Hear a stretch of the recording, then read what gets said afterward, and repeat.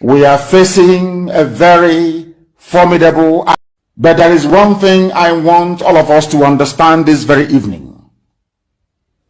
We are facing a very formidable array of enemies, both external and within. And we are going to overcome each and every one of these obstacles. That I can assure you. That they may know that the God we worship is an invisible God, not a God that was wrought by the hands of men. For we do not worship idol, and we can never ever worship idol. Is impossible. This very family, this IPOB, belongs to the Most High. And that is how it's going to be until Biafra comes and beyond to eternity. This evening, I want to place it on record that our enemies are intensifying their attack against us from every corner. I am not saying this as lamentation or complaint. I am only trying to prepare our people for what is to come. You are being prepared for what is to come. The time has come to separate the chaff from the wheat itself. Our march is very, very near. The enemies are trembling, they are quaking, they are doing all they can to try to stop us. But they have failed very woefully, and they will continue to fail. But I want to tell you that we are getting attacks from everywhere all over the world. And very soon, they will buy over some of you. Some of you, they will buy some of you over. The spirit of Oba, Biasika, and Ifajuna are still in some of you. When the time comes, they will buy you over. I am not doing this program tonight to ask all of you to be strong. I am doing it to remind you, not that if they succeed in buying you over, you're not going to stop what we're doing. You can't. You cannot. Not in a trillion years. But I need you to appreciate one very simple fact. That at the end of this very race, everybody will testify that indeed Chukwukika Biama, the same God of Israel, of Abraham, Isaac, and Jacob, the same God of Ehiri in Aguleri, the same God of Umweri, the same God of Ora-Eri, the same God of Owe-Eri, the same God of Arochukwu. Not even about the true God, one true God. You will know that indeed, not only is he omnipotent, that same God is the owner of this very agitation. No human being can stop it. We have enemies, and we need to be very, very careful, both within and without. Very, very careful. The next 2 weeks will be very pivotal. Next 2 weeks will be very, very important in the life, or should I say, in this very mission that we have embarked upon. The devil will do everything. And you are going to watch spectacularly how we are going to destroy and shame the enemy. That at the end, every glory and adoration will belong to God and not to man. Now let us go and tell you what is happening that some of you do not understand. I want those of you who are hardcore, those who were chosen before you were born. There were some people who were chosen before they were born to agitate for Biafra restoration. This is a message for you. Those who from their mother's womb they were born to do this very work. You must be very, very strong. Because Biafra will open the eyes of black people all over the world. Because Biafra will mean that blacks from America, blacks from the Caribbean, from Southern America, they will all flood into Africa. It will be like the time that Yeshua was born. Biafra is like a light, a beacon. They will follow it. They will say, let us go and see what is happening there. That is what these neo-colonialists do not want. They don't want Biafra to come. I am telling our people so they understand. The mountains, I didn't say one mountain, the mountains in front of us that we need to overcome. And for us to overcome it, we need to be very strong mentally, mental strength. Just like when you're doing anything in life, and it appears as if you are being buffeted from everywhere. That is the time that you no longer rely on willpower or your muscles. You go to your brain to endure and to persevere and to keep going until you overcome. That is the stage we are in right now.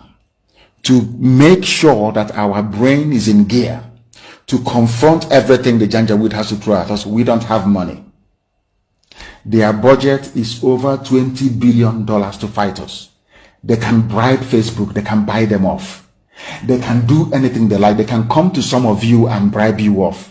They can promise you what you've never had before. They can give you maybe a house in Dubai. They can promise you a vehicle. They can tell you, oh, we'll make you vice president. They can promise you anything to make sure that you're like them. But this very IPOB, this very hardcore is not going to move. And I will tell you why we can't move.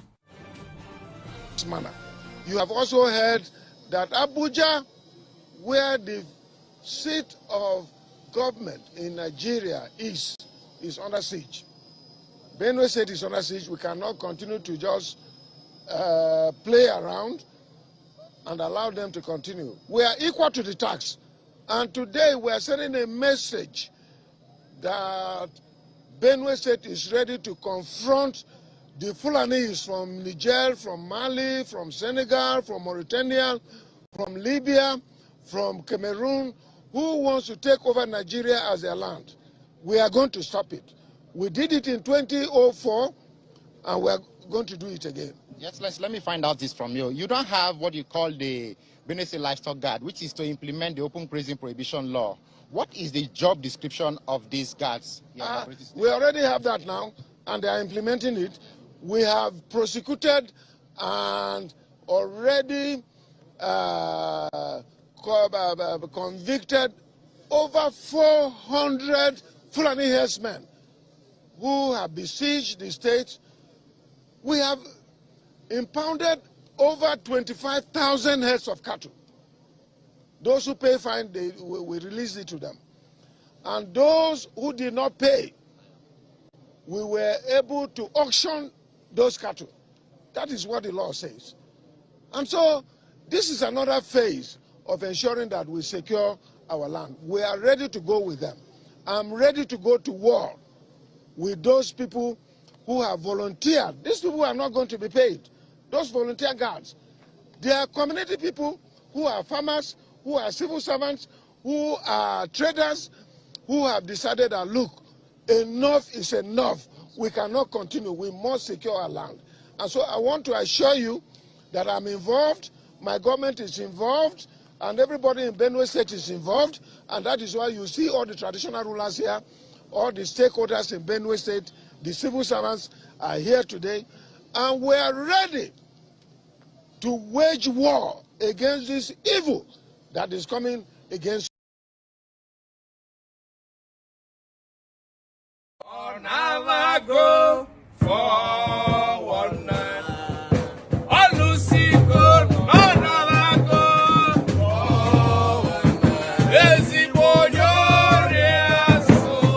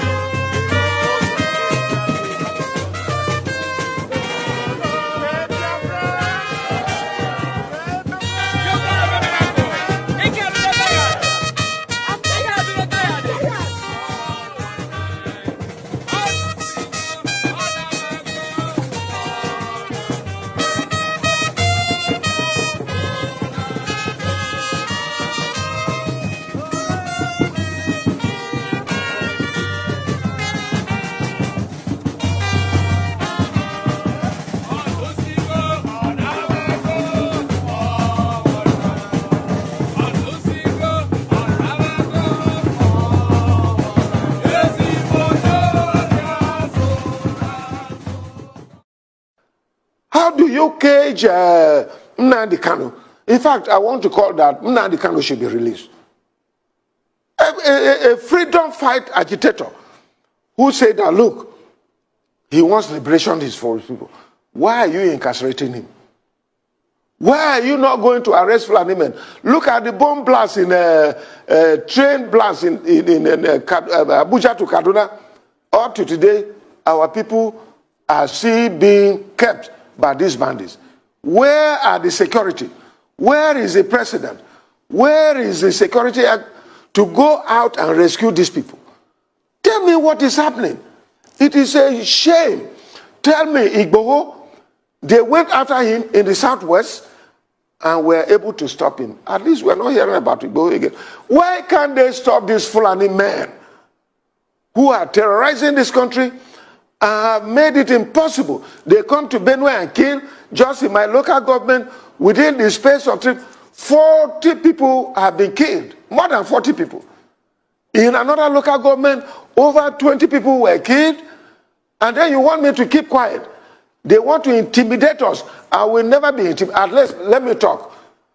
If at the end nothing happens, and some of you are keeping quiet, keep quiet to your shame. But I want to say that the rest of Nigerians, you people are joking. I raised alarm in 2016 that these things were going to happen. What is it that I have not said? I have said it. If Nigerians want to get out of this, they should arise. Arise television, as your name implies. Arise and let us liberate ourselves. President Buhari and his cohorts are not able to. It is not enough. It is not enough that we are complaining that the economy of the Igbo land is collapsing because of sit at home. Hello? You may not know the impact of this sit at home issue. It is so painful to any business person. Oh, Sunday, you not a job called the Remana. Orina go talk, Hamanjola, salary. But for people who have businesses, so we have to lift our hands because the secret of that sit at home is the releasing of Nnamdi Kanu. If Nnamdi is free today, sit at home will stop today. So lift your hand. We pray for prisoners, and one of us is in prison. And because of his importance, even the government could not stop sit at home. Has said, go to work, go to work. Yet they are in their houses. And if they are about to move, they will use about 20 security vehicles around themselves. So we shall lift our hands to pray. For over 3 years now, this is the year Igbo people have farmed. Listen. For over 3 years now, this is the best year Igbo people had farmed. We are thanking our young men who helped to clear the farms from herdsmen disturbances. God will bless you. You may not know what it means.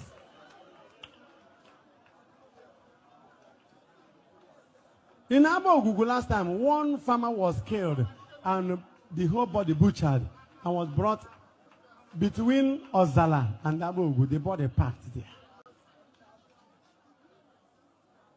Now, our farms, by the grace of God, are freed from herdsman destruction. One of our priests last year, all his farms just messed up. He was crying. This year, he started laughing. So I am thanking our young men I am blessing the Igbo youths. It shall be well with you.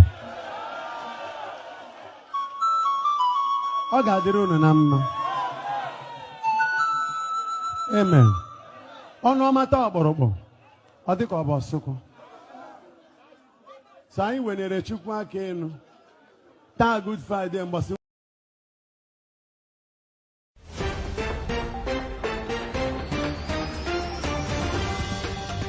Nigerian visa applicants to the Republic of Turkey have been barred from accessing the e-visa provisions. They are instead advised to apply via any Turkish consulate. According to reports, Turkey decided to delist Nigeria from the e-visa list yesterday, July 8, 2022.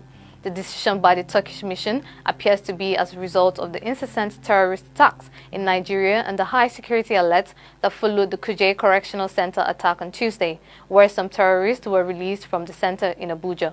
One of the affected Nigerians in a viral message expressed disappointment at the disregard of Nigerians by the Turkish mission, adding that they have not released any official reports to notify the public, but went ahead to delist Nigeria on their site. Also, some members of the diplomatic community, such as the United States, United Kingdom, and Canada, have warned their citizens against traveling to many parts of Nigeria, including parts of Abuja, the nation's capital, over security threats.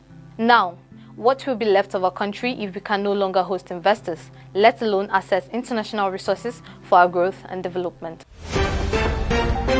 The federal government, led by the Minister of Interior Abdulrahman Dambazo, met with the Miyetti Allah Cattle Breeders Association of Nigeria in Kebbi State, offering them the sum of 100 billion naira over 2 years to stop the kidnapping in the country. The meeting lasted over 4 hours on Friday as negotiations dragged on, with the association initially asking for 160 billion naira. The minister said that the strategy was part of the steps needed to tackle insecurity in the country as prescribed by the Economic Community of West African States, ECOWAS. The herdsman crisis has risen since 2015 after Muhammadu Buhari became president. Their rampage has spread not only in the north but also throughout the southern zones of the country. The killings by the herdsmen has led them to be tagged the fourth most dangerous and deadly terrorist group in the world by the World Terror Index. The acting Inspector General of Police, Muhammad Adamu, who was also at the meeting in Kebbi State, added that over 1,000 people have been killed and many more kidnapped in Kaduna. However, he said that this intervention was necessary to bring the criminals to book. The Kebbi State Governor Atiku Bagudu said hosting the meeting in his state shows the seriousness of President Muhammadu Buhari's administration in tackling the security challenges in the country. Responding, the president of the association, Alhaji Muhammad Kirua, said the meeting would serve as a foundation for peace between the Fulani headsmen and farmers and among Fulanis themselves. Roots TV, Nigeria. Good evening, my dear Nigerians and the international community. Now I want to address Nigerians and the international community about the current happenings in northern Nigeria. Although it's not only northern Nigeria, it's the entire country, but most particularly northern Nigeria. And I want to address the indigenous Nigerians and the Hausa people, particularly in Nigeria. You know, we need to rise up. We need to open our eyes. The Fulanis are moving all villages, killing people, rampaging communities. You know, they have no respect for religion. Fulani man has no respect, whether you are a Muslim or you are a Christian. I myself that is addressing you, I'm a Hausa person. These people have no regard for religion. If you are thinking it's about religion, you better open your eyes. The indigenous people in this country and the Hausa people need to rise up and open their eyes. This is not about religion, it's about ethnic cleansing. The Fulani people want to eliminate the indigenous Nigerians. Now, in my local government, Giwa local government of Kaduna State, it's a local government that is 99% Hausa people by tribe. But as I'm talking to you, over 4 days now, the Fulani militias have killed over 200 persons. And among them include my own relations. They have burnt houses. They have destroyed both Christians and Muslims. So it is high time for particularly the indigenous northern Hausas, to unite themselves against this onslaught. If those that are in position of authority, if you think this is about religion, then you are still sleeping. This is not about religion. This is about ethnic cleansing. They are trying to eliminate the indigenous, Nigerians, the indigenous northerners, and take over their lands. This is about land grabbing. I'm telling you, in Zangwantama community in Giwa local government, which comprises of over 60 to 70 villages, cluster of villages, there have been so far now over 100 people have been killed, houses burnt, their cows, their cattle that they use for farming, for construction of ridges and all that, they have been scattered away. Their houses, their cars, all their properties. As I'm talking to you right now, they have left their communities. They have run away to other places, to bushes, and even some of them have moved towards Zaria. How can you expect a farmer to move into the city to do what? To do what, for God's sake? It is high time for Nigerians to wake up. It is high time for the Hausas to wake up. The Fulanis are blindfolding our eyes, the Hausas. I'm a Hausa person, and I'm talking with passion. The Fulanis have used religion to blindfold us, to think that it is about religion. No, it is not about religion. It is about ethnic cleansing. It's high time for the Hausas. Thank God, this broadcast, I believe it is going to be pushed into the group that comprises of all the houses, the indigenous houses, and with the effort making to unite the houses, to rise up against this onslaught. So I want you to understand, this thing is not about religion. It's not about religion. It's about ethnic cleansing. The same thing that is happening in southern Kaduna, where the indigenous southern Kaduna are being eliminated by the Fulanis. The same thing is also happening in northern Kaduna, where they are purely Hausas. So it's not about religion. If you heard that people are being butchered in southern Kaduna, houses, communities burnt, and you are happy and you think it's about Christians, now you better open your eyes. It's not about Christians. I'm a Hausa person. Our Giwa local government, which is in northern Kaduna, and many parts of Katsina, Zamfara, many people have been eliminated. Now I want you to know right now, as I'm talking to you, Tsawon in Mayo community and Kaya, there are villages, over 100 villages in that axis. It belongs to the western part of Giwa local government. Of course, just to mention, about a few months ago, the house of the person representing us at the state level now, the State House of Assembly, was killed by the bandits. So, and this man too is a Hausa person, is a Muslim. So it's not about religion. I want you to understand that this thing is not about religion. It's about ethnic cleansing. Right now, as I'm talking right now, this evening, they have started operation from about 5 p.m. up to this time that I'm talking to you right now. The Fulani militias are still there operating, killing people, burning houses, raping our women, kidnapping those that they can kidnap. This enough is enough. This is not just kidnapping, it's even more than kidnapping. This is an invasion. Now I want you to know that Giwa local government is one of the major agricultural community in Nigeria. Giwa alone can feed the entire Nigeria. Now Giwa market, for instance, Giwa grain market is one of the largest grain market in Nigeria.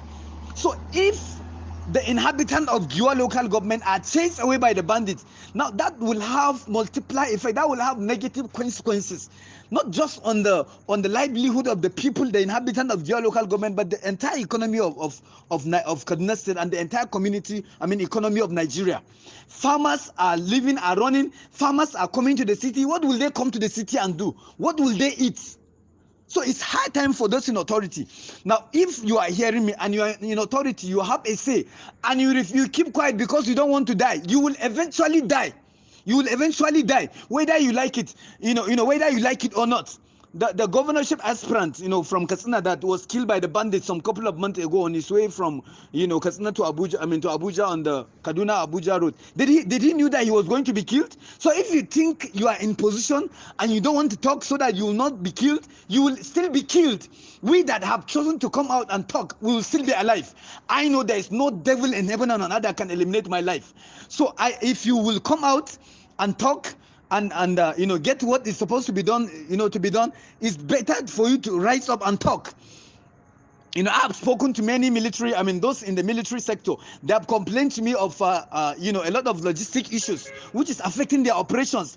All this is not worth it. And I want to assure you that, you know, this is a conspiracy. This is a serious conspiracy. Why? Because, you know, on the 24th of March, which is on Thursday, that the kidnappers started this operation, the network of the entire axis of western part of, you know, Giwa, that is on the Mayo, ceased. So, you know, they couldn't even call for help at the right time because the network has ceased. So what does that mean? That means it's a conspiracy.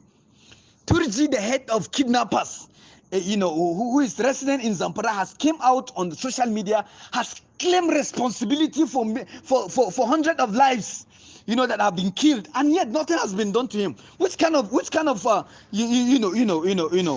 governless country are we in? Life in Nigeria, in northern Nigeria particularly, most especially in Giwa local government, is becoming poor, brutish, nasty and short. Life is becoming uncertain. Which kind of situation is this? I am calling on well-meaning individuals who can speak, whose voice can be heard, to rise up and speak against this evil. This is evil, and this evil will consume everyone eventually if we keep quiet. If you think you are in the city, if you think where you are is saved, and therefore you will keep quiet, I'm telling you, a time will come, even those in the city will not be spared. You know, about some months ago, you know, Zaria, which is a city, the second largest city in Kaduna State after the main, Kaduna city, you know, has experienced a lot of, kidnappers attempts and all that. So don't say you are in the city and you will keep quiet. And even if you think you are safe, what about your relations? What about your relations that are in the villages? So let's come out and talk against this evil, and not just talk, but act against this evil. Those that have access to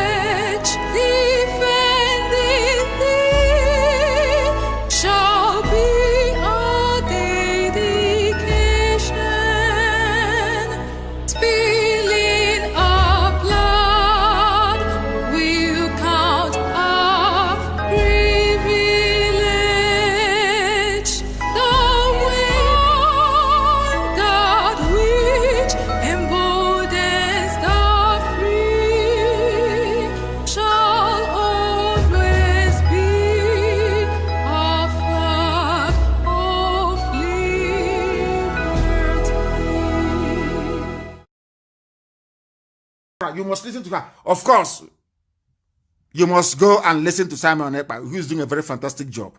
Very great job that Simon Ekpa is doing. Very, very, absolutely fantastic job that he's doing. You must listen to him and share his videos accordingly. Very, very important. He is bringing a new dimension to this very awareness that we are making, and you must listen to him. Very, very important. So ahụrụ m ihe na-ahịa ọnụ here. 2 weeks ago, in my IPOB meeting here, I had wanted to leave, but the secretary asị m mba na m afụla m bịachite ihe ahụ i kwuru mgbe ahụ sị ọ dịkwa mma ka mmadụ nọrọ with ndị iro ya na-amatakwa their plans, so I stayed back. So the leader akpọ last week na a na-aga Leicester today na m ga-abịa m si ya ewela iwe na aka m juru eju na m agaghị aga. So the secretary and one other sister so ha ga the meeting today. So achọrọ m inye gị feedback from the war front what happened, because they came back and she called me na akọrọ m ihe mere. Ọ sị that autopilot, they were saying autopilot should be strong, even stronger now than ever. No, autopilot nwere the majority. Now, even though ha niile gadara na hall there listening to the nonsense this girl was vomiting, say ya wụ nwunye onye ndu. Now the whole hall there were murmuring. Nga ahụ ha nọkwa that they were all murmuring. Na say what nonsense ka nwaanyị a na-akọ na ihe ekwekpọ ha na echekwa ma ihe ekwekpọ ha, because everybody ma that Chinasa Nworu na nda aha nwanne ya nwoke DOS na ha wee flop, na everybody ma that they've all failed. Na ha chekwa na akpọrọ ha meeting ka amara way forward, how they can manage to patch IPOB gawa forward until onye ndu afụta. Nwaanyị abịa na-akọ nonsense juru ya ọnụ that people were murmuring na onweghị onye did in support of the woman there. Even na mgbe ya gara toilet ịnyụ mamịrị, people were voicing out say no nonsense a ka ekwekpọ ha. Now what is this nonsense nwaanyị a na-ekwu? Na yakpa is the only way forward now. Onye ahụrụ na-eme ihe a na-ahụ anya, nwaanyị ọbịa na-akọ nonsense na eche ma ha ma kpọrọ ha here ka abịa mara if there will onwe otu esi emekwata dịdị IPOB nwe emekwata, ọbịa na-akọ nonsense a. So that autopilot na everybody kwụ ekpa n'ukwu. In fact, na m ga-ahụ dị na ihe a merenu na nwaanyị a na ihe a ga-awụ even ọ ga-backfire. It will backfire seriously because people are not on their side. So no ya we ihe o ji na-awụ ọnụ ahụ idekwa na onwe mgbe ọ sị that these people don't even have majority, that they don't have it. No opposite ka nwaanyị a na-ekwu. So that they were highly disappointed. Ha one day IPOB nwa that they were highly disappointed at the woman. So that everybody was saying it there, even at the meeting ground there, that EPA is the only way forward. So my sister him say ka make mara that onye asụla ngongo is just that in fact this is another talk altogether. All right, my darling, bye.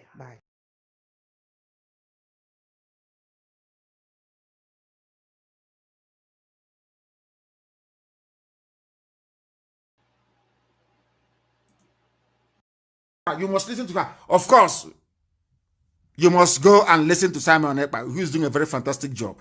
Very great job that Simon Ekpa is doing. Very, very, absolutely fantastic job that he's doing. You must listen to him and share his videos accordingly. Very, very important. He is bringing a new dimension to this very awareness that we are making, and you must listen to him. Very, very important.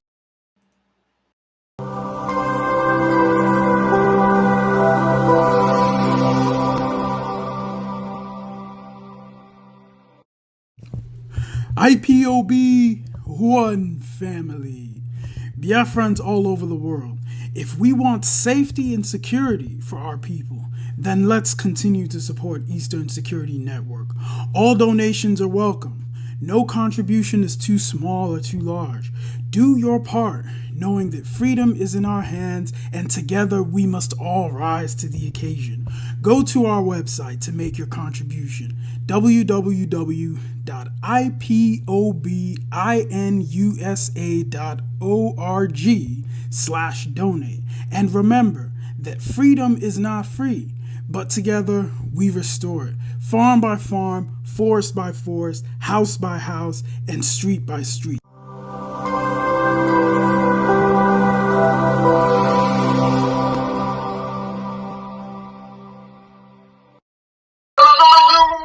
And the precipitous collapse of the zoo.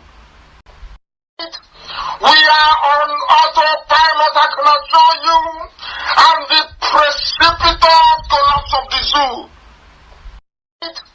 We are on autopilot, I can assure you, and the precipitous collapse of the zoo. We are on autopilot, I can assure you, and the precipitous collapse of the zoo. Good morning, good evening, good afternoon, depending on where you are watching from. This is live and direct on Voice of Biafra, 97.5 FM, live and direct on Enter Biafra Channel 1 and Channel 2, live and direct on Enter Biafra live streaming app, iOS and Android, live and direct on Twitter, Twitch, live and direct on Enter Biafra YouTube channel, and of course on all other IPOB autopilot media platforms around the globe. We are now live and direct to expose, first of all, P2B. P2B, we want to expose how the British are using the P2B and how we have defeated them. Even before 2023, we have defeated them. And before we also go forward, I want you to understand that the Fulani and terrorists are already in our land, and the what Dr. Amal Lafia warned against has started happening. We're getting information that some people were attacked today, and just like you all know, we need to bring Dr. Amal Lafia's warning to Nigeria against the Fulanization and the civil war and the jihad that they have declared against our people. And it's one of the reasons why next year, before the election, we will make sure that we fight with the guerrilla war to liberate Biafra from Nigeria. We can't continue like that. So I want all of you to watch.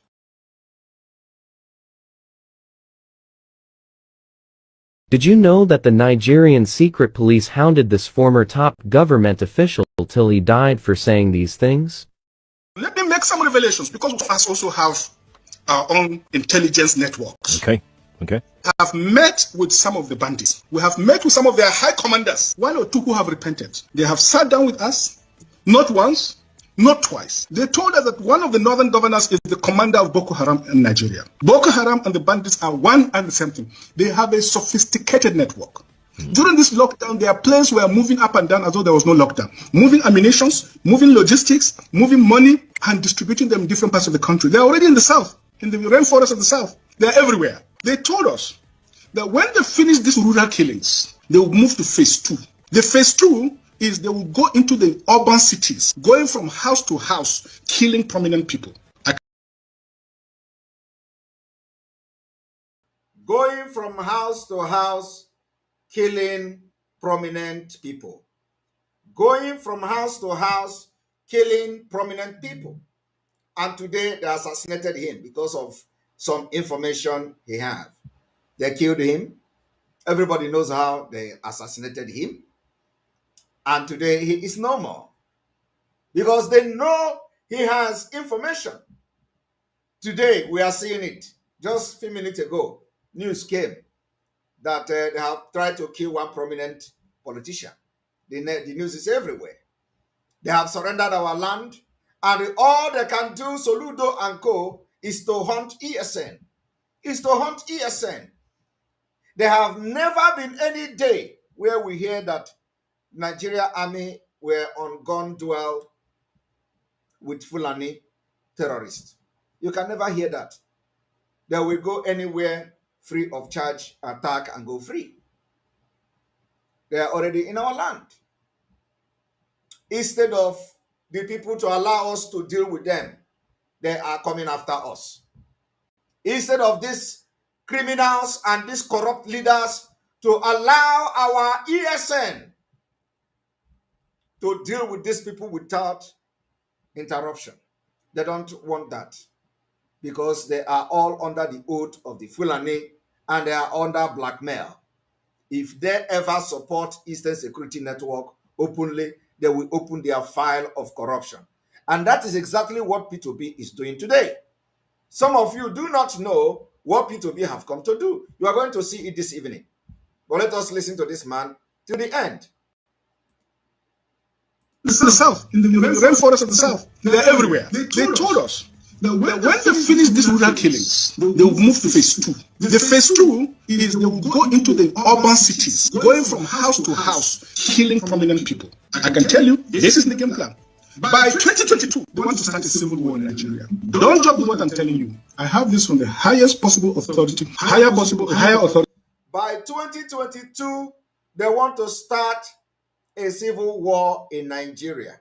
And are you going to look at what is happening in Biafra land and say they have not started a civil war?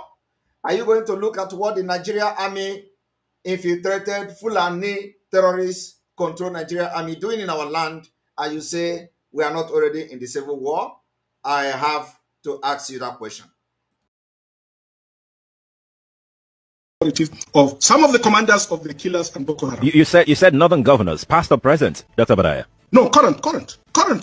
No, they said one of them is the commander of Boko Haram in Nigeria. One of them. And they are not looking for money. They have more than enough money.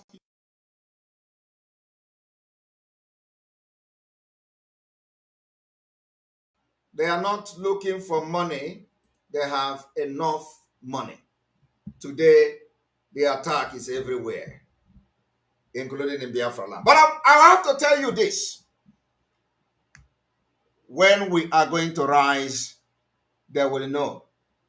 We will match both the big and the small. I am telling you. They will know. Those who continue to harbor these terrorists in the name of protecting Nigeria government, you will be the one they are going to kill first. It is happening. It is happening. It is happening. It has happened in the north. It has happened in the middle belt. So it is already now in the east and the southern part of Nigeria happening. When it was happening in Benue State, you pay deaf ear. Nobody talk. When it happened in Yoruba land, you say it is Yoruba land. Now it is in your domain. And this is just the beginning. It is only the Biafra people, volunteers, that will stop the carnage of Fulani. Now, the exposition of P2B begin from here. I want you all to listen and listen attentively. When we make exposition, when we begin to talk about P2B, we are not just talking about him because we want to talk about him.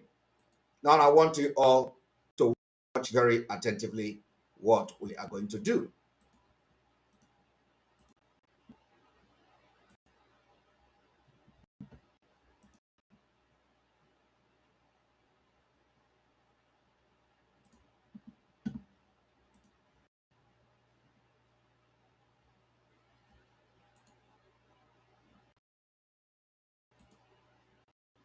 Candidates so far. Are there what's your assessment of the presidential candidates that you've seen so far? Are there any that you think you might support, and if so, who might that be, or what kind of candidate might that be?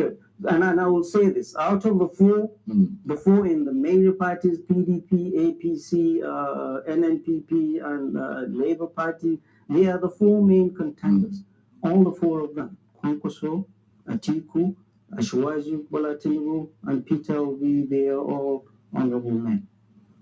They have given their whole to this country. They have given where you and I have not, and continue to. They're all honorable men. But if you look at party by party, Kwankwaso grassroots mobilizer, the Madugu Pepia, right? You go to Kano, that's Kwankwaso. You see what he's done. You see his ability to mobilize. And you see what he's done over the last couple of months to bring up this party. And you see his outreach. He's a great contender, but not this time. You can agree with me that the analysis, what this man said about Kwankwaso is the fact.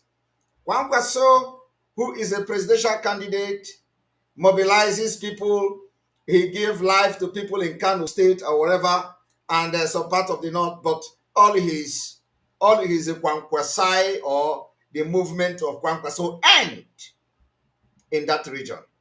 Do you know him in the south? Do you know him in Yoruba land? The answer is no. You don't know him in Yoruba land.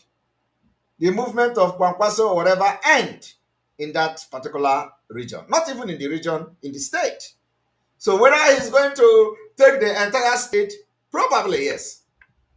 So the analysis about Kwankwaso from this man is the truth, is the fact. And that is why in the beginning, they wanted to join force with the desperate and the betrayer Obi. But of course, because Obi is never a genuine candidate, Obi only is coming to distract Biafra. And we noticed on time, we got the intel, we swept into action, and today all of them are panicking. Because we started from the beginning to make sure we don't give him a British space. Including those who were shouting for Biafra. Today they talk about Obi. We don't give him British space, and we can never give them British space. Now, listen to the analysis of this man.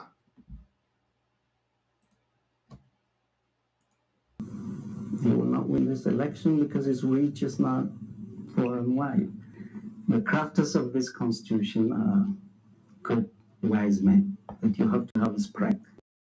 Even if you get 100% of a place, if you don't have the spread. So, Kwankwaso is a good, decent, great mobilizer, great. So, what this man is saying that for you to become the president of Nigeria, you need to get vote across Nigeria, across the 6 geopolitical zone.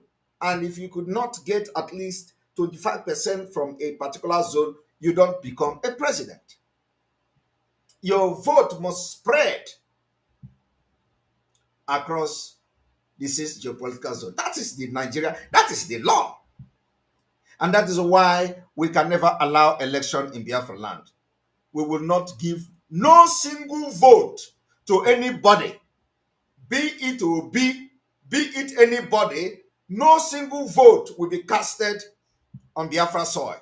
Because when you allow this election to take place, you have validated the fraudulent, you have validated the terrorism, you have validated the annihilation, you have validated the continued genocide of our people, and we cannot validate it come 2023. Once we stop election in Biafra land, the world will listen to us. I am telling you the fact. We are not even looking for the world to listen to us, but they will be forced to listen what the action that follows after that. Listen and listen very attentively. We are in the liberation phase of Biafra. You can never be president of Nigeria when there is no vote in Biafra land. Never. You can't.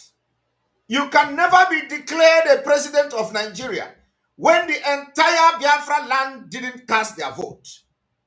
I am telling you the fact. If you don't have that particular thing in your head, have it now. That nobody will be declared president when there is no election. And it's our target. That That is the first move. So if you do not know why we are saying no election, you know this is one of the reasons. But when they tell you, oh, if you do not conduct election, they are going to declare somebody will say they have won and all that. It is a lie, complete lie. Let them come and announce it. And when we get to that bridge, we are going to cross it. So you need Biafra vote to become a president of Nigeria. That is a fact. And let me tell you, the entire Biafra land is also politically divided. Those who are in APC, those who are in PDP, those who are in APGA, those who are in Labour Party, they are all politically divided. It is only the Biafra movement that is now united. Those people you see that were shouting Biafra before, and today they are shouting Obi, they are all rubbish. You know, some people ask me not to discuss about our leader's wife. We are not going to discuss about her. Her own case is solved and settled. We don't have that time. We focus on the ball. But before you talk about our leader's wife, I want you to go to her Twitter and see something there. Go to her Twitter account. She never tweeted since 29th of May 2020 till today. She never tweeted Mazi Nnamdi Kanu, her husband, preaching. She never tweeted Biafra except those that were killed. She never tweeted anything. No awareness of the husband. Some of you don't know our anger. Forget all those nonsense that people are saying. Go to her tweet and see things for yourself. She has over 13,000 followers on Twitter. Mazi Nnamdi Kanu's wife have 13,000 followers. Since the abduction and kidnapping of our leader, the husband, she never tweeted one day in protest. Some of you don't know what we know. But we are not here to discuss that. I have fired my shot, and the people that bullet touch can start dealing with that. You think I am joking? She have not tweeted one single thing since the entire 2021 to 2022.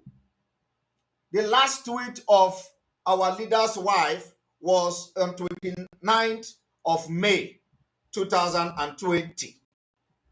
All this while, Mazi Nnamdi Kanu was suffering and doing all those things. This woman never tweeted that you kidnapped my husband.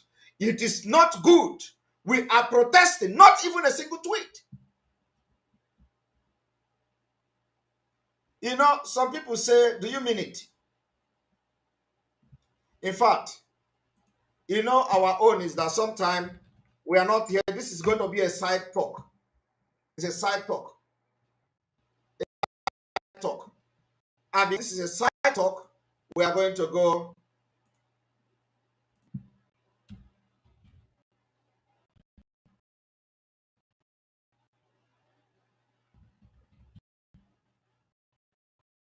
We're going to go.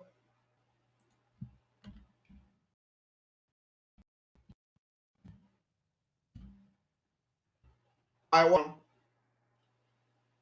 to look at this.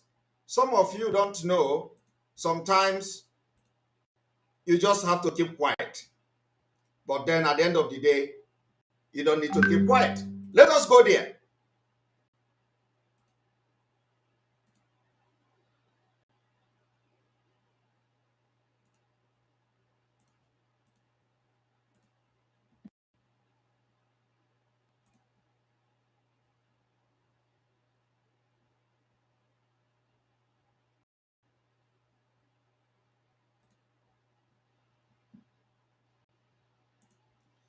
This is our leader's wife.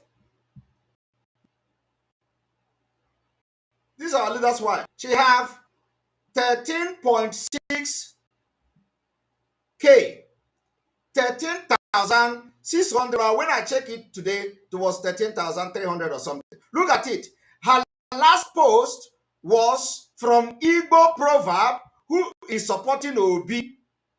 From Igbo Proverb. All these Igbo Proverb, all of them have changed their DP to Peter Obi. They have changed their DP to Peter Obi. Look at it here. She posted and retweeted this on the 30th of May 2020. She never protested the kidnapping of Mazi Nnamdi Kanu till date. Never. But we are not here for that. I just want you people to understand that I have fired my shot as a free fighter, and you deal with it. I have fired my shot without any apology and without any regret, because I advised her to stay inside, that her silence was gold. Little did I know that, you know, when you praise somebody, when you want to acknowledge somebody, that is the time they are going to use the person. All of you listening to the advice, I even gave respect, the highest respect, to her in the first place. I came back again and they said, I have had Kepu Kepu that they want to invite you to Radio Biafra. Little did I know that it was not even Radio Biafra. You see, some of you think that nobody told me, but the spirit that tells me something told me that they are inviting her again. I didn't even know it is going to be this fast. I came on this program a few days ago. I said, I know they want to bring you out again. Do not come, because I am not going to stop Biafrans again. People didn't know what we know. I gave advice. Do not come. They're going to bring your leg outside. And here we are. So the reason why I'm making comment about her is because I'm talking about Peter Obi.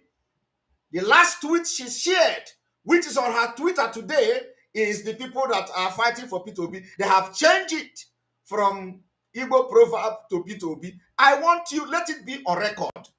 All the people, she have never tweeted nothing in protest for Mazi Nnamdi Kanu kidnap. Is that normal? Is that normal? Because sometimes ijebe ozu nwụrụ ibe gị nakwa karịa onye belebe ajụọ gị ọ gị nwa gbuziri ozu. Mazi Nnamdi Kanu is a national icon. He's a Biafran man as far as this struggle is concerned. Everybody carries his or her cross.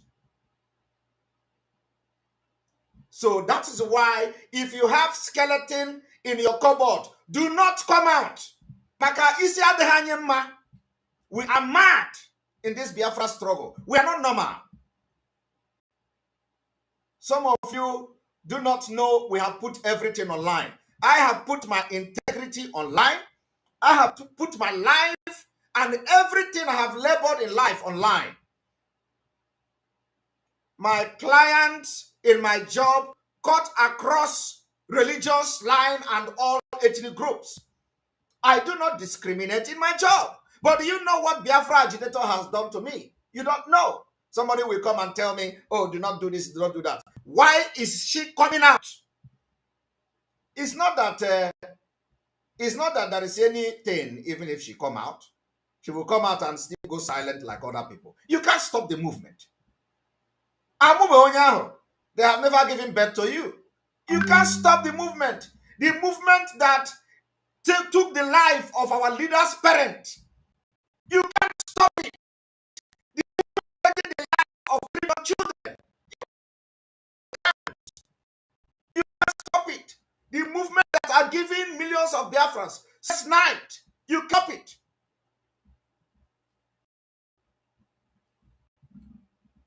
And let me say it again. The reason I am making this comment is because I am telling you the P2B. I am here to expose P2B.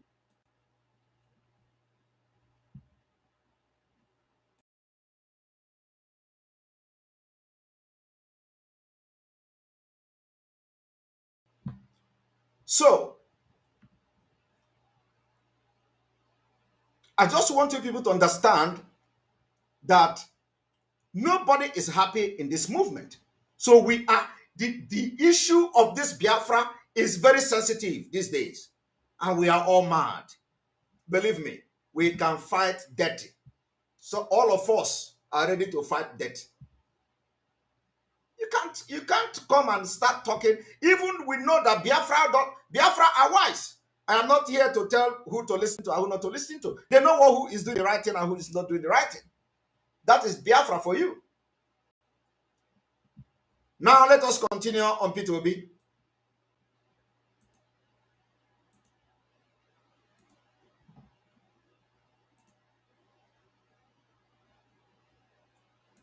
I want you to listen.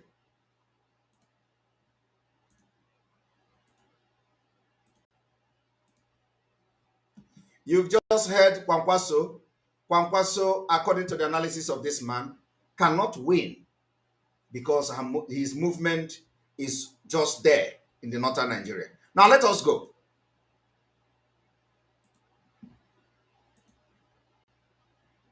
Politician is not there yet. Peter Obi.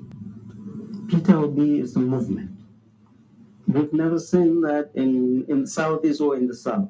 A single person mobilizing them, obedient. Peter Obi is a movement.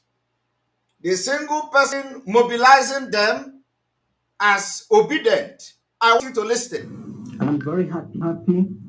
This Fulani man said that he is very happy for Peter Obi. Peter Obi said he is very happy. This man said he is very happy for Peter Obi. Obedient came on board. The agitation for secession, the violence has quietened down. Did you hear that? This man said since Peter Obi came on board, the agitation for secession, the violence, and everything has turned and tuned down. That is the plan of the British. That is exactly what they told Obi to do. And the Fulani, they are the mastermind of this plan. That is, they communicate with the British directly.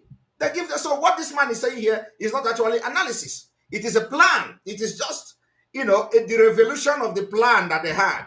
How do we stop this Biafra movement? How do we make, they may even hand over Obi Nigeria. I am telling you. The question is, what difference does it make? You can imagine stupid people for many years after Biafra war. All of you, Biafra, Igbo man have not been a president. Igbo man need to be president. Now ask yourself, you are struggling for ordinary president of Igbo man. What has other people who has become president in Nigeria? How is their region? No, how is their region? Is Jonathan not a president? Was Jonathan not a president? What does Jonathan has to show for it today? Did he stop militant from guarding pipeline? Did Jonathan becoming president? Did he stop Ijaw people from carrying gun for pipeline? Did he give them any meaningful, different life? Did he create job? Jonathan becoming a president, did it improve the life of people in Ijaw or in the Niger Delta areas they call them? The answer is no. Obasanjo was a president for 8 years, since 1999. The first president from 1999. Did Obasanjo change Yoruba land? Where is Obasanjo today? How is the Obasanjo today? How is Yoruba land today? Let us even say, how is the entire southern Nigeria? After the 8 years of Obasanjo, what does Obasanjo have to show for it? This is something that other regions have done and nothing came out of it. Still, you have the highest upsurge of Boko Haram today after Obasanjo. Yar'Adua was a president. What is happening today After Yaradua died as a president in Nigeria, Boko Haram have ravaged his town and his village. Nobody can go to Yaradua village today. He was the president of Nigeria. Did anything change after Yaradua died? The answer is no. What is the big deal? You want to be a president because you don't have vision. There is no future. We, the Biafra, want future. We, the Biafra, have our vision. And our vision is that we are going to be a country that will protect the interests of our citizens. The interests of our citizens should be the primary responsibility of the Biafra government. So when you begin to see Obi, you know, there was somebody that surprised me today. I saw a comment on Vanguard.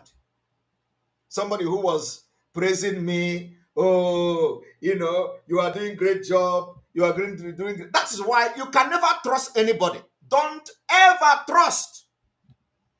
You can trust with one eye. You know, we that are people of one eye, we know how to trust. We will trust you. I will be using long spoon to be eating with you. You know, I only trust people with one eye. If you are a one-eye person, I will trust you because I know you are also a one-eye person. But anybody, don't trust. Why you trust? Some of them that we are praising what I'm doing. Oh, Simon Ekpa, you did a great job. Today, I saw a comment on Facebook because of the article on Obi. This man say, oh, this boy, can you go and sit down? And some of them think I don't see those comments. And I was very disappointed. I was very disappointed. I'm telling you, he's not close to me. He's not close to me. You know, he's not. But I just know him. But he was one of those who was saying, "Oh, you're doing a great job for Biafra," because nobody with his senses will support Nigeria. Only for me to see this man comment today, and I was disappointed because of this P2B. And ask them, what is it that P2B want to do? What is it that other people have not tried? How is P2B going to do this thing that other people have not tried? You know, the point is that we are not even talking, when you talk, they say it's marginalization. We are not fighting for Biafra for marginalization. No, that was then. When with the other people that fight for Biafra, we fighting for, I am not fighting Biafra because there is marginalization. No. I am fighting for Biafra, for the Biafra people to have the right to life. I am fighting for Biafra because I want my people to live their life as a shrine in the Universal Declaration of, in the Universal Declaration of Human Rights. Rights to life. As it is today, no Biafra person have the right to live in Nigeria. They kill you. Today they have attacked somebody and they have killed a lot of people there. In Imo State, they go house to house to kill our young men. I am fighting for people not to go to house and kill our men. In most places, because the government refused to protect our people, rather than armed the terrorists to come to our land and kill our women and children. They have butchered them for many years. We shout on social media. We complain. They say, you people complain too much. You can't do anything. You people complain. Every day we share videos of how our people are being butchered on social media. They say, you people are coward. You only share. Now we have set up a security outfit called Eastern Security Network to protect our land and have done a great job. Yet, this government have come after them. So how do you want us to live? You tell us you want to stay in Nigeria. You cannot allow us to live. So anybody that tells you we are fighting because of marginalization, that we are breaking away from Nigeria because of marginalization, that person is a dundee. That person lacks everything. History. That person is not in touch with reality. That person is a liar. That person is a Confucianist. That person doesn't deserve to represent even his kindred. Because some of the people saying this marginalization, they are politicians. And the person that made this comment is also a politician. Believe me. And so we are not fighting to get Biafra because of marginalization. We are fighting to get Biafra because our people deserve to live. We want to live.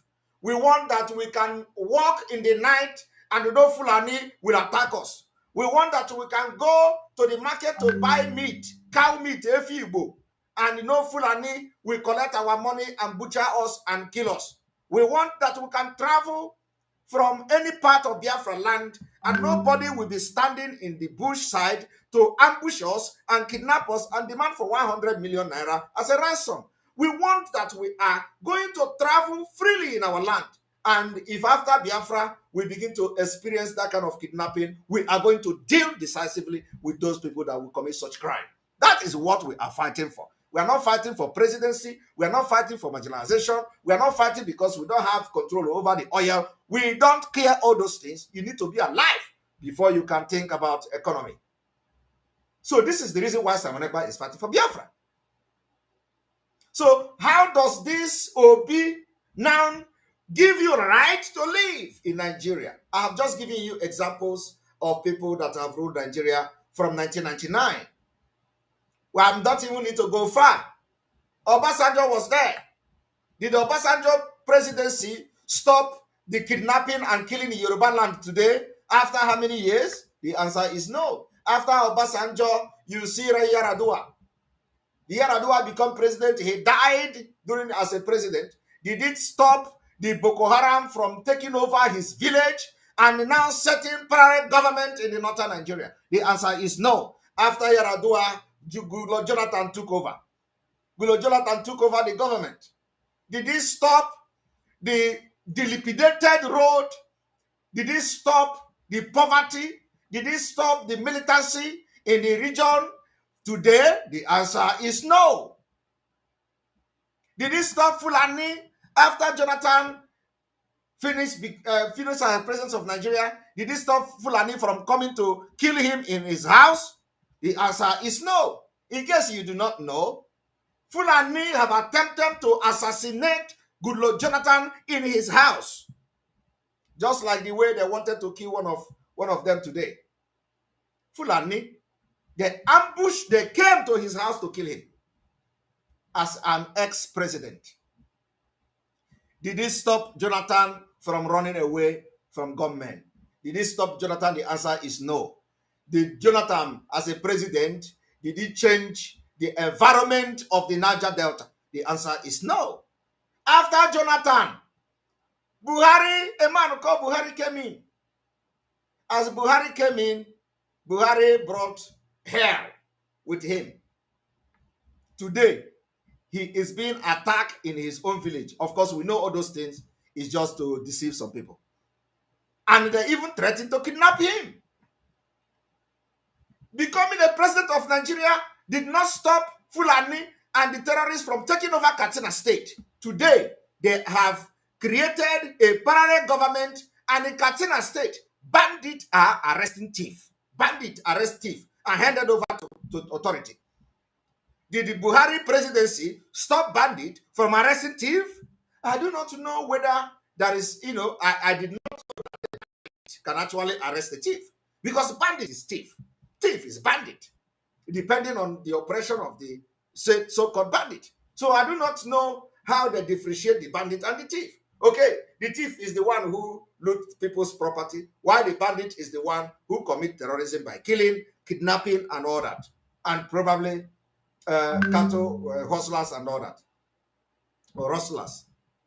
So I want to ask, after this man is a president now and Nigeria is on fire, I want you to understand also that the coming of this man also open borders to all Fulani all over Africa.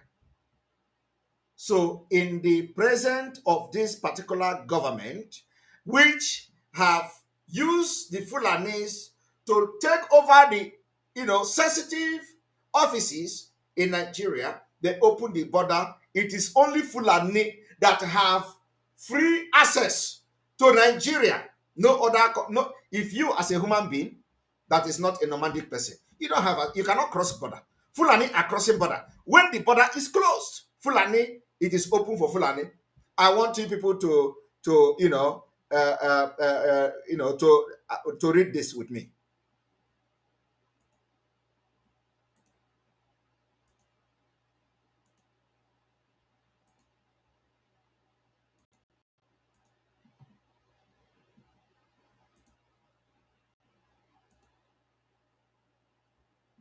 Now, the thing you don't know is that Unified Africa Army must invade to rescue one another from Fulani rule. No. We don't need any unified army. All we need is Biafra. When Biafra come, we are going to begin to deal with at least the terrorist Fulanis in our own region. So let us read this. This is an article, very, very interesting. They say, there are open borders. I want you all to listen to this.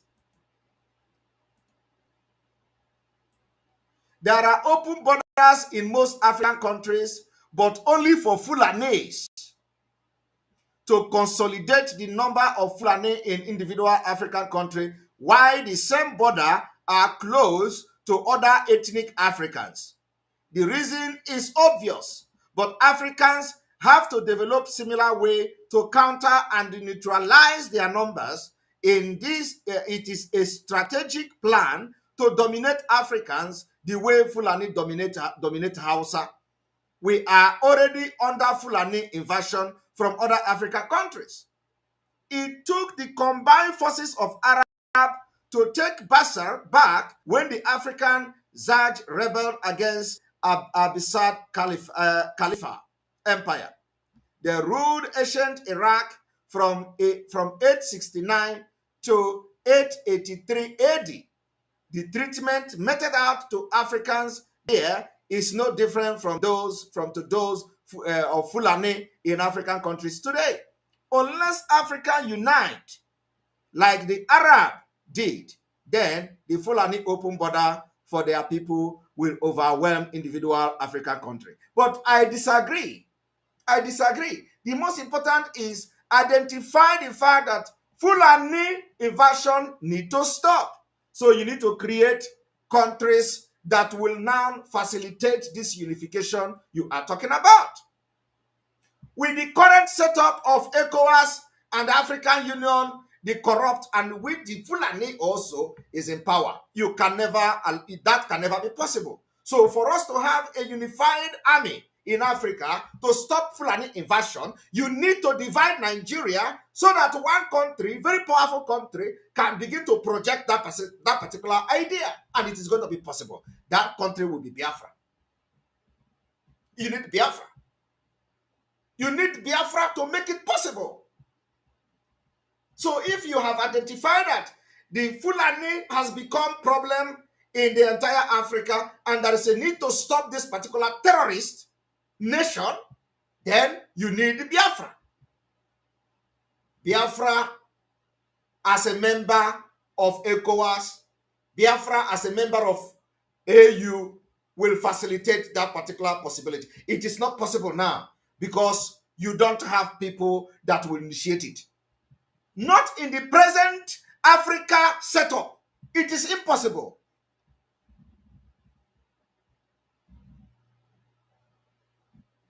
Fulani terrorists and bandit. So, I am happy that many African countries are waking up to understand that we are under invasion of Fulani terrorists. But we need to stop them. And because we have actually studied the current setup of African Union, the current setup of ECOWAS, it is not possible because they control them. It is the Abuja Declaration of 1989 that made it possible for Fulani to occupy vital positions in different countries that have this diversity. So in Biafra and of course in Oduduwa land, you are not going to have any Fulani controlling them. In Biafra, you are not going to have any Fulani in our government. So we need to have a country that will now begin to propel this particular ideology of a unified army in Africa to chase the terrorists away out of our continent. It's a very objective submission. So everybody should think about that. If you know and identify the fact that the Fulani invasion is real. But the only people that are not seeing the Fulani invasion is Peter Obi, who was hired by the British to come and stop Biafra. Who is Peter Obi? 1,000 Peter Obi, 1 million Peter Obi can't stop Biafra.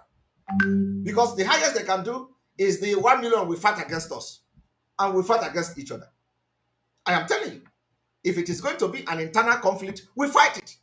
After we get Biafra, let Peter Obi organize people to bring gun and start fighting us. We'll fight ourselves. And they are never going to win us. So I want you all to understand that we are moving forward and nothing will stop it. Now let us listen.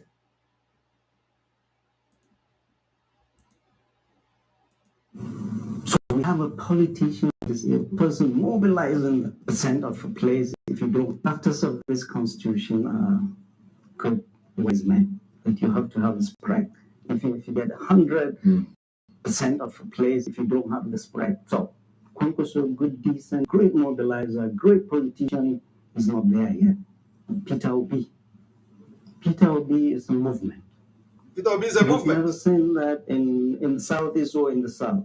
A single person mobilizing them, obedient. And I'm very happy. You know why I'm happy? He's happy. Since Obedient came on board, the agitation for secession, the violence has quietened down. That is his job. We have a politician that is able to bring this youth, agitated youth, into the mainstream of politics. Let them see there is hope. This is wonderful. Yes. Now they see that there is hope. And to this Fulani man, that is wonderful. But still, he cannot give Obi the president. You understand? So Obi's own job, that is why Obi never paid attention to the party politics. Obi never cared about Labour. There is crisis in Labour Party. Obi never cared because he knows he can never be president of Nigeria. So Fulani is happy with Obi, but still they can't allow him to go to mosque and preach. Fulani is happy with Obi because according to them, Obi has been able to calm down the agitation. Obi has been able to pull out the people they claim are fighting for Biafra into his movement. And now he is very happy. He is not happy because Obi is going to become a president. He is happy because Obi's activities is now dragging Biafra into Nigerian politics to validate Nigeria again for the next 8 years. That is the job of Obi. And once that is done, you make vote in Biafra land, and they want to, even if it is 1 million vote, they will count it and say, oh, you voted. And some stupid people will tell you, oh, wait, when they did not give Obi the president, you can come out again and agitate. Who does that? That is when the world will know that you are not serious. You are all idiots. They say, oh, that time you come out. I have had some people calling me, Simon, leave this Obi, so that let him go and fail. No! Obi should leave us. Obi should leave us. In 2019, Mazi Nnamdi Kanu gave Biafrans, canceled the election boycott and asked people to go and vote Obi and Atiku. No! We can never ever take such chances again. The chances has never been this good. So let Obi leave us alone. Let Obi back down. In 2019, Mazi Nnamdi Kanu backed down for him and Atiku. And it's unfortunate that they kidnapped him. They kidnapped him. They thought that, once they kidnap him, everything is gone. You people don't know that now, we are here, Gidibam. We are going to see the end. You thought by kidnapping Mazi Nnamdi Kanu, you have won. Release him. Let him come out and tell us that, if you don't release him now and you release him close to the election, we will not go grill. Release him now so that we'll have time to talk with him. Release him. Release him. Let him come and talk. You don't want to release him. You want to come and tell us, Obi. I want you people to listen to Fulani. Listen to Fulani man. The plan of the Britain or the British and the Queen that died now is to bring Obi so that Biafran stupid people who are even those who are not Biafran, they will validate. That is why people from Benin, these Benin people who hate Igbo like anything, they are all supporting, all their comedians are supporting Obi. And they are not going to vote Obi. I am telling you the fact. All those comedians, they are not going to vote Obi. The only thing they will do is to make sure they make noise, make noise, make noise. When the time comes for election, they thought they would deceive us. When the time comes for election, they are going to now sit. And they may even vote APC. And then you will begin to ask, where is the movement of Obi? Obi have not even gained, crowd like Jonathan in 2015. Have you all forgotten? Obi crowd is not Obi don't even have crowd. Where is the crowd now?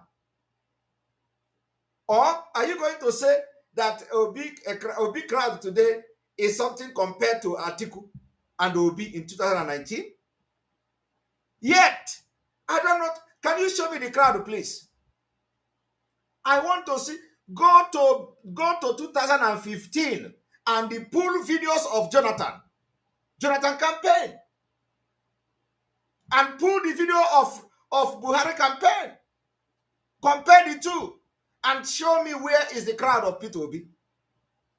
And I like the way they narrow it. They narrow it to Biafra. They narrow it to Biafra because that is the agenda. That is why we're never going to give him a British space. And they know it. That's why they're attacking me. They release all manner of dogs against me. And of course, against Autopilot and Biafra. Because they know that no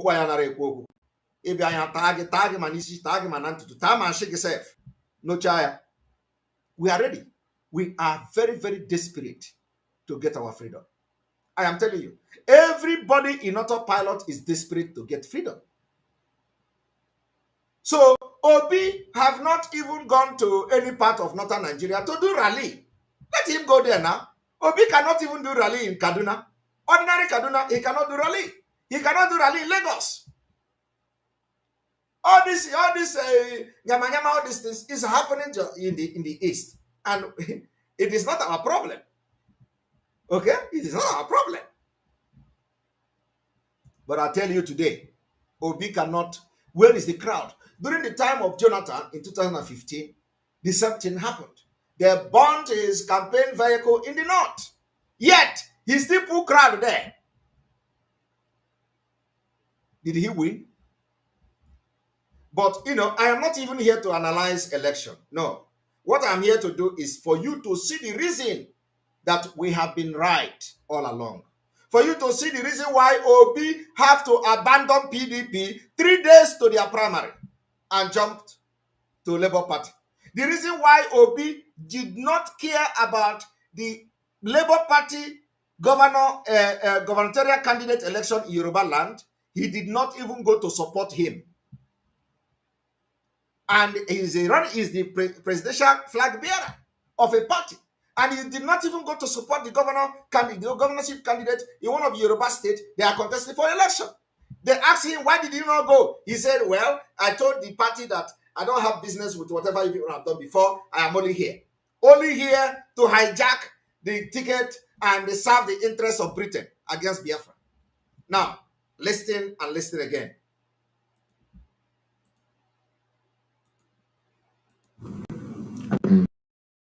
Of a place if you don't have the sprite. Kwankwaso, good, decent, great mobilizer, great politician, is not there yet.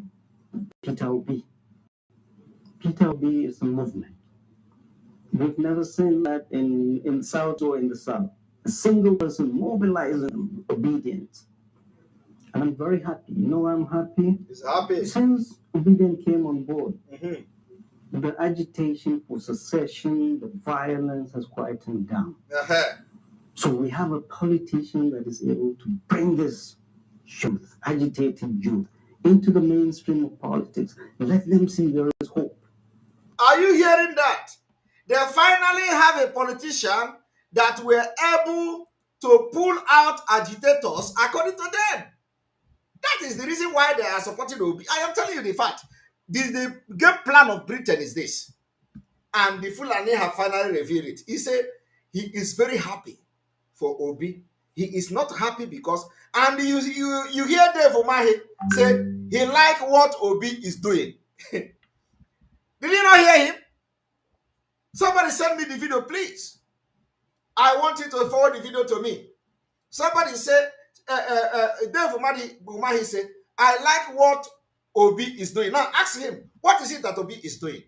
What is it that Obi is doing for just campaign that Dave Umahi will like? Ask yourself that question. What is it that Obi is doing that Dave Umahi like what Obi is doing? That is what this man said. Obi is pulling agitators out. But not real agitators. Not real. They can never pull agitators out. The people that pulling out are the criminals that sold Mazi Nnamdi Kanu, the DOS that we have expelled. That is the people they are pulling out. All of them are now. Have you ever heard them say election will not take place in Biafra land? They can never say that. The thing they will do now is that, oh, Buhari is coming to Southeast. Sit at home. What the hell? We don't care. Buhari can come and sleep in the Southeast. We don't care. It is not our target is not to waste our strength on a man for coming to Southeast. We are going to sit at home. Never.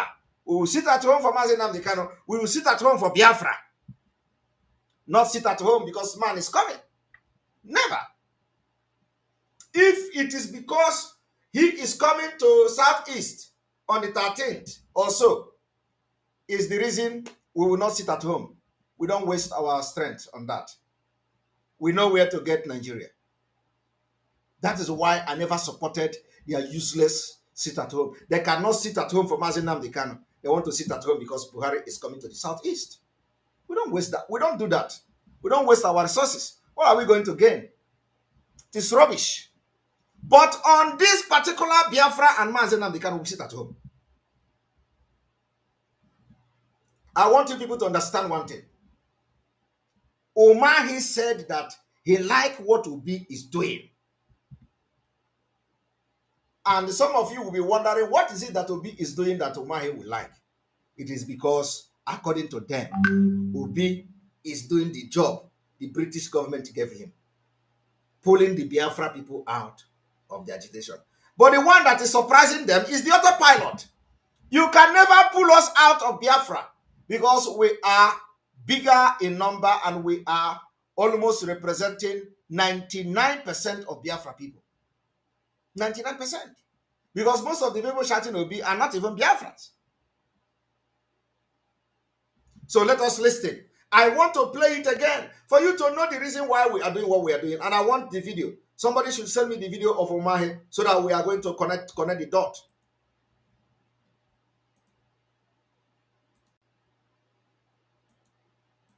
Mobilizing them, obedient. Lord Michael, thank you very much for sending it. Since Obedient came on board, the agitation for secession, the violence has quietened down. So we have a politician that is able to bring this youth, agitated youth, into the mainstream of politics. Let them see there is hope. This is wonderful, truly is. And is he going to win this election? Not likely. You see? Is he Bola going to win this election? He's not likely going to win. That is what they have said. And it is true. Is he going to win this election? He's not likely going to win. Now we are going to pull out the video of Umahi, where Umahi is commending, what is the name again? Umahi is commending Obi, claiming he liked what Obi is doing. So ask yourself that question. What is it that Obi is doing that Umahi likes? We are going to. I still have not received that particular. Okay, I think I have it. Let us go there.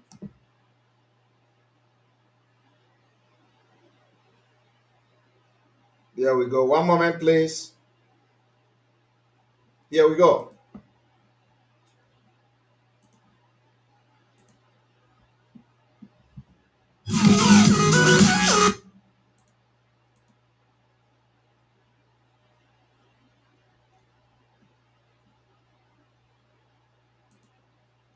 Also, can you all tell me which of the minutes, because, you know that when we are doing this thing, more things are being revealed and all that. So we are going to play it, but I know because I have not watched it, so I don't know the exact minute. Because we want to have, our own is evidence-based exposition. We don't just come to talk. We want to bring it, even though some of you may have watched it, but not everybody. Not everybody have watched this video. So, but let us go there. Agum Izi, who is said to be the person who had won the primaries for Ebonyi South Senatorial District. A group of Ebonyi South concerned citizens. They are saying that you hijacked the position from the woman because you want to go to the Senate, and that you influence the suspension of Mrs. Agomeze just for you to be able to have your way, even when the woman has challenged you in court, and even when the matter is still in court. Again, in this regard, we need clarifications. Abati, thank you very much. I thought that journalism should be investigative. If somebody comes to you and say to you that she won the primary election to the Senate, you should be able to ask how and show documents. It was an primary election of APC for the Ebonyi South Senatorial Zone on 28th of May, upon which Anna Gomez came second, by winning only 2 votes. And, Mr. Austin Omae came first with, I think, 283 votes. And that was the position. And, if you go to section 29 of the Electoral Act, it's talking about the candidate of the party. So Austin Omae became the candidate of the party by reason of that election of 28. Now, the same Gomez submitted to the appeal that the election was unlawful, that there was intimidation. About 20 million, you said she asked you. Did you pay? Because you, obviously, from what you said, you guys tried to have a deal. And so you have WhatsApp messages that she said at requesting 20 million. Did you pay for that? Rufai should be asking why I got 20 million to pay her. I didn't pay her the 20 million. But I want to say that it was in WhatsApp text message, and it is still there. It could be verified. Not only the request of the 20 million, she also said that on her own and in her honor, that she voluntarily withdrew. And nobody has been able to ask her, did you send such WhatsApp text message, to the governor? Then number 2, I did not threaten her. I'm a very peaceful person. And that statement angered me so much. And I've challenged her in a liberal suit, in Abuja. 2 suits are standing before her to... He angered a peaceful person. He said he's a very peaceful person, but that statement angered him so much. I don't understand this. He said that he's a peaceful person. He's a peaceful person, but that statement angered him so much. Can you be a peaceful person and get angered at the same time? Anyway, let us continue. Proof where the threat came from a gentleman like me. You were recently quoted. to be laughing, and he said that when to prove where the threat came from, a gentleman like he. Jesus Christ! Hi, I have not watched this video. It's just this man. I'm saying that education, university education should. That you are an engineer, your deputy has a PhD, but that that everybody must go to university as a response to the lingering crisis. Did you exactly that, or you were quoted out of context?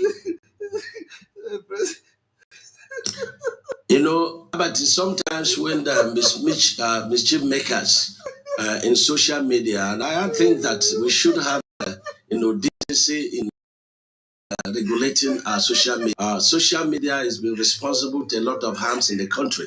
It also has a lot of, the good part of it. What I said, and I repeat, I was trying to evaluate, the educational system of developed countries. And I say that federal government and all the employers of labor should a matter of review of their strategies, try to say, instead of all the time saying that, the basis of employment should be university degree. I said, no, we should make, vocational education and the secondary school education compulsory for every Nigerian. Okay. And that why advertising for job certificates has not. But let me just... That Igbo presidency at the moment. What happened to that Igbo presidency you once touted? A lot of people said maybe this was the time you were going to align ranks since Peter Obina is on the ballot, and you were once pushing for that Igbo presidency. That's why you offered yourself to run for presidency. Rufai, don't allow me to run foul of the electoral, act because campaign has not started. But let me just quickly say that I didn't push, from PDP to APC to have, the ticket of APC as, her presidential candidate. No, I foresaw that the PDP was not going to give a ticket to an Igbo man. And I said, no, that was not fair because we have served this party since 1999. And that was my position. And a lot of people that are crying today were the people that were attacking me for leaving the party at that stage. And subsequently, they left. And so did the APC then give the Igbo person a ticket? So they owe me a lot of apologies. And that is what I need to say. And I want to let you know, and I say this, Peter Obi is my brother. I'm very proud of what he's doing. You see, I am very proud of what he is doing. This is what I want to show you. Now, ask yourself, what is it that Peter Obi is doing that Umahi is proud of? Can you hear Peter Obi Umahi Jidi proud? There is nothing else other than pulling Biafrans, according to them, out of agitation. So listen. Position. And a lot of people that are crying today were the people that were attacking me for leaving the party at that stage. And subsequently, they left. They owe me a lot of apologies, and that is what I need to say. And I want to let you know, I say this, Peter Obi is my brother. I'm very proud of what he's doing. And it wouldn't have been a disaster if Southeast is not here at all in the quest for presidency. And I wish him well. What happened to me at the presidential primary is the will of God. Because in all my outing... Did you people hear it? He said he liked what Peter Obi is doing. And I am challenging you today to connect the dot. What is it? All these things you see, what is it that Peter Obi is doing that Umahi is proud of? Now, you are going to hear it from a Fulani man. That thing that Peter Obi is doing, you are going to hear it from a Fulani man. That thing Peter Obi is doing is what you are going to hear now from a Fulani man. That Obi is doing a great job, according to Umahi. Now, hear it. I'm very happy. I'm happy. This generation good men, but you have to have the spread. If you get 100% of a place, if you don't have the spread, so Kwankwaso, decent, great mobilizer, great politician, is not there yet. Peter Obi, Peter Obi movement. We've never seen that in the Southeast or in the South. A single person mobilizing them, obedient. And I'm very happy. You know why I'm happy?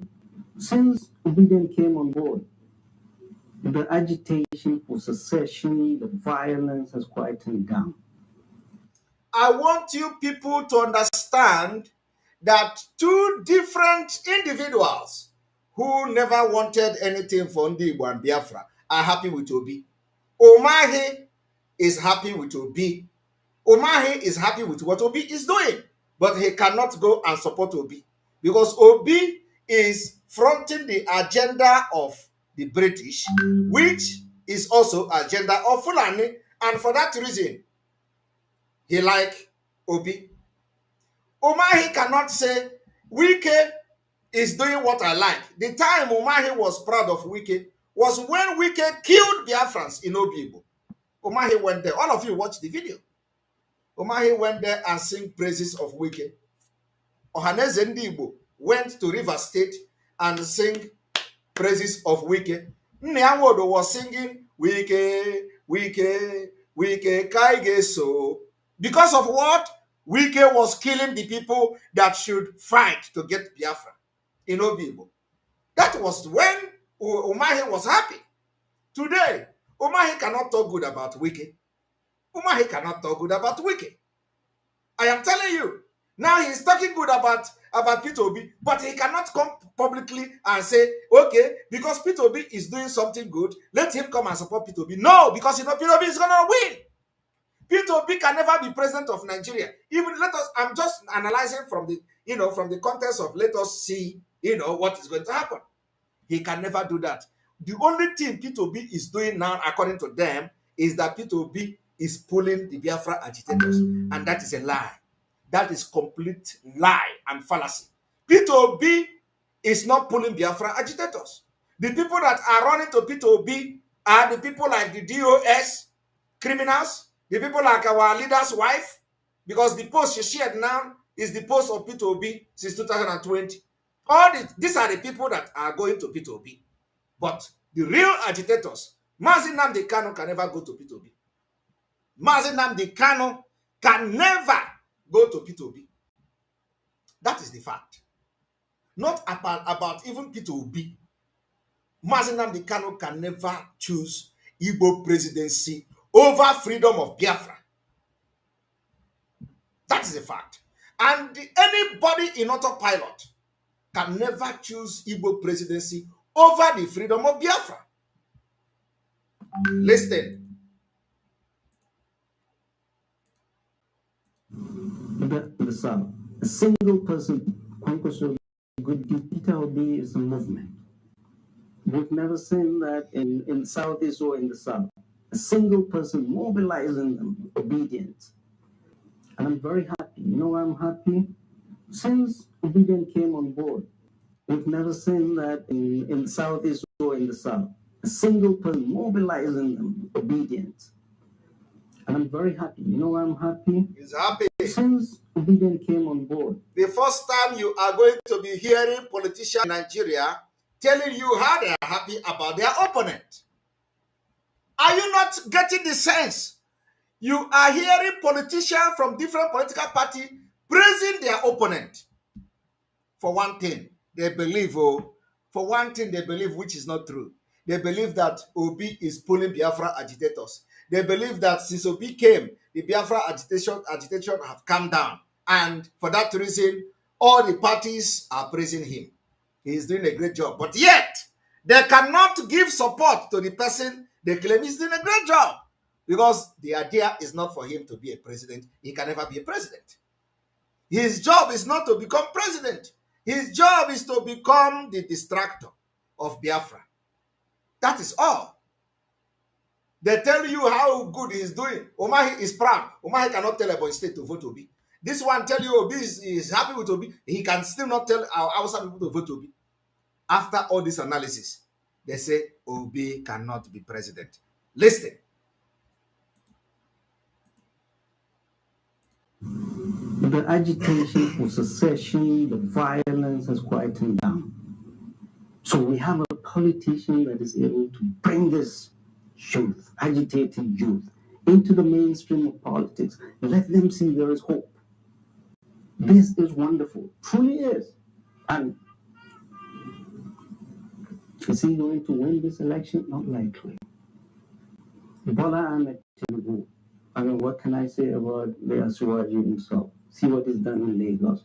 For the last 23 years, he's straddled the politics of Lagos and the Southwest. A great tactician, a mobilizer of people around him, great mentor. But I have issues with not only him, but his party. The Muslim ticket. And I wrote in a paper that was published in Daily Trust. I saw your article. Yeah, it's neither for God nor country, but for self. It's a lopsided ticket. It's not natural. And it's a replication of what happened in 1992, 1993. Abiola can keep a ticket, but they won the election, handily too. It's a replication. This was 30 years ago. So let's do the math. Anyone who is 30 and under never saw that ticket, right? Let's assume you're 40. You were 10 years old then, so you don't remember it. So the summary is anybody who is 40 and below do not remember that memorable ticket. The Nigeria of 30 years ago has changed. Go on social media and see how virulent, how poisoned our kids are. And politicians have a lot to do with this. They have poisoned these kids now. We are talking about, oh, this and that, a caliphate here, oh, Biafra there, Yoruba nation. Politicians, instead of using our diversity to bring us together, they've used that to break us apart. So the Muslim ticket is unnatural, it's lopsided, and has alienated a very large and important chunk of our population, which are the Christians. In all our scriptures enjoin us to do adultery. Adultery is fairness, equity, and justice. They are a substantial population that you're giving up for your calculation. Well, and I said it.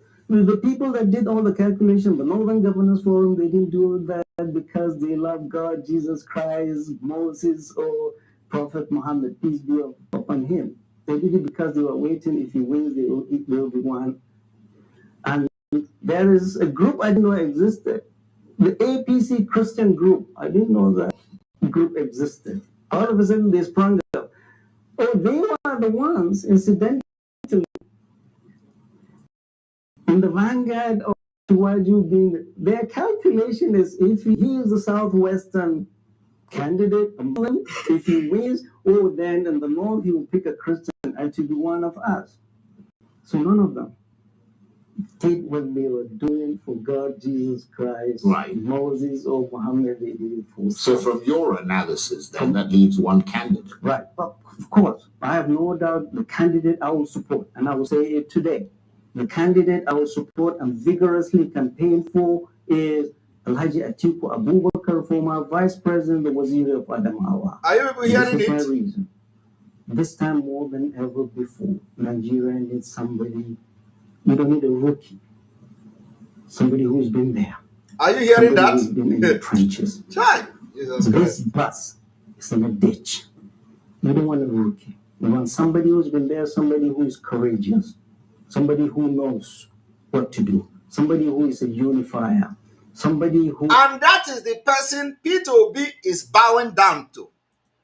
That is the person P2B is bowing down to, because P2B knows he is not contesting for president. So he go and bow down, and the Benin people are angry over P2B bowing down for Atiku. And the way we are telling them, P2B is our brother, we know him very well, they don't want to listen.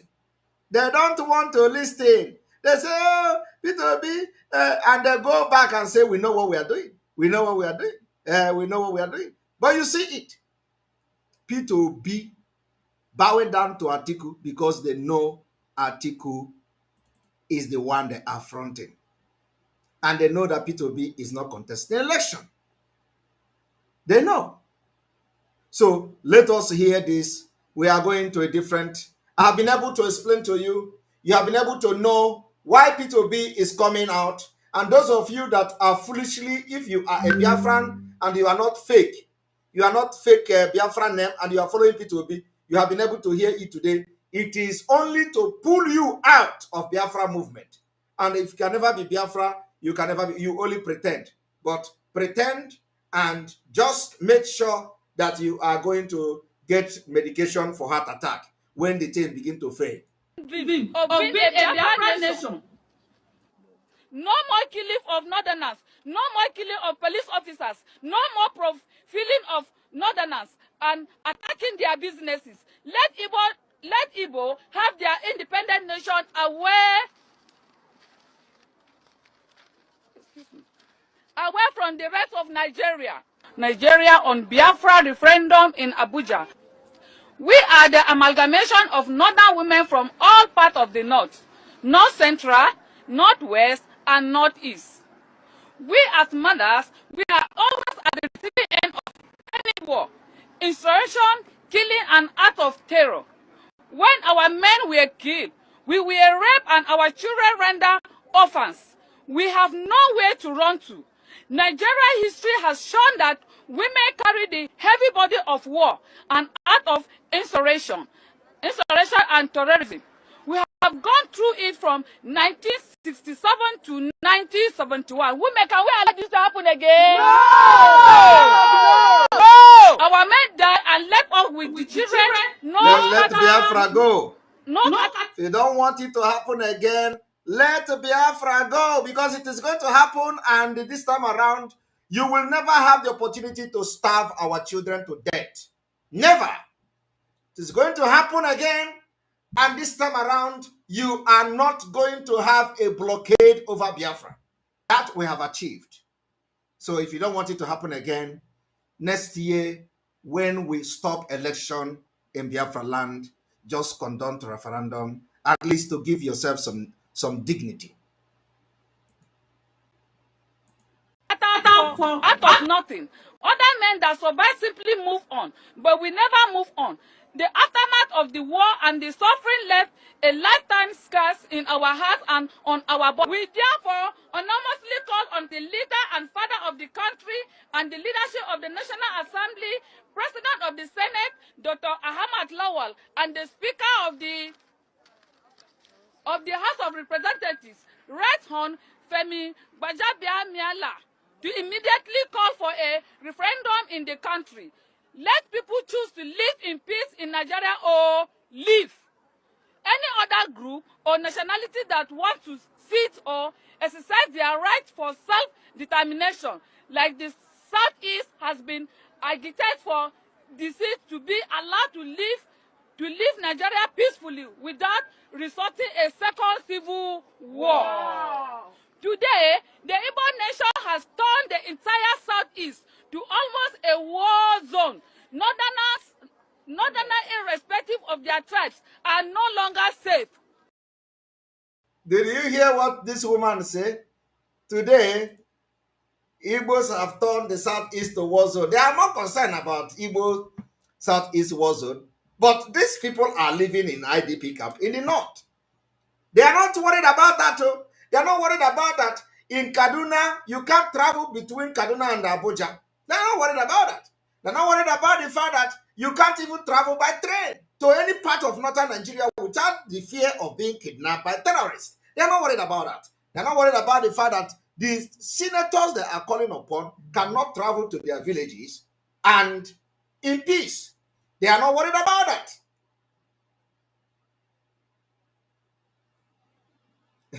Okay? And somebody is asking what happened to be proposed 2 million march in Kaduna. You understand? But they are worried about you, are worried about Southeast. I want you people to understand that we are making progress, and I want you to listen to this. The world know Biafra, and we are going to help them to hear Biafra more in the next year that is coming. Let us go there.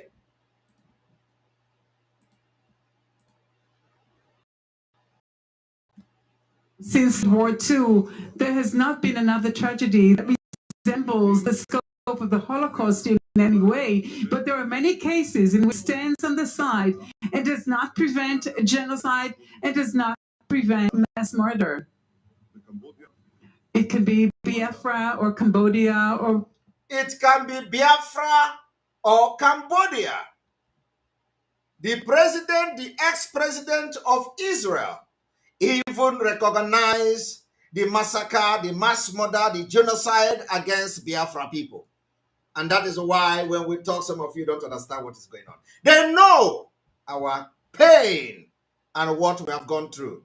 And in this, the Prime Minister of Israel, and in this particular coming year, 2023, we are going to make Biafra a global news. Our activities and the liberation of Biafra will be the global news. They will talk about us. They are going to talk about us by force. It is not about making references again about the genocide against Biafra people. The 3 million children that were killed, murdered, and Queen Elizabeth did not apologize for her involvement in the starvation of Biafra people to death. What you don't know is bigger than you. The world know Biafra, and they know what happened to us. And because the people who fought Biafra war were ignorant of what was going on in the global stage, and they could not stand their ground to fight guerrilla war till the end. Today, we have come to complete it, and we are going to complete this fight. So I want us to listen to how the Prime Minister of Israel, the ex-Prime Minister of Israel, mentioned Biafra. And again, we go to the people who a complete detailed chronological analysis of the people that returned their medals to Queen of England over Biafra. I want you to listen.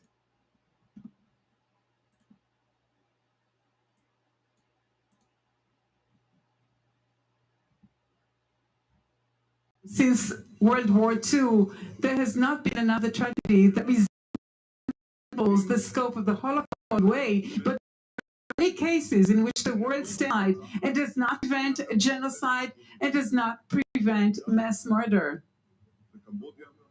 It could be Biafra or Cambodia or Rwanda or Sudan. We do not have a date set aside to commemorate what happened in 1967.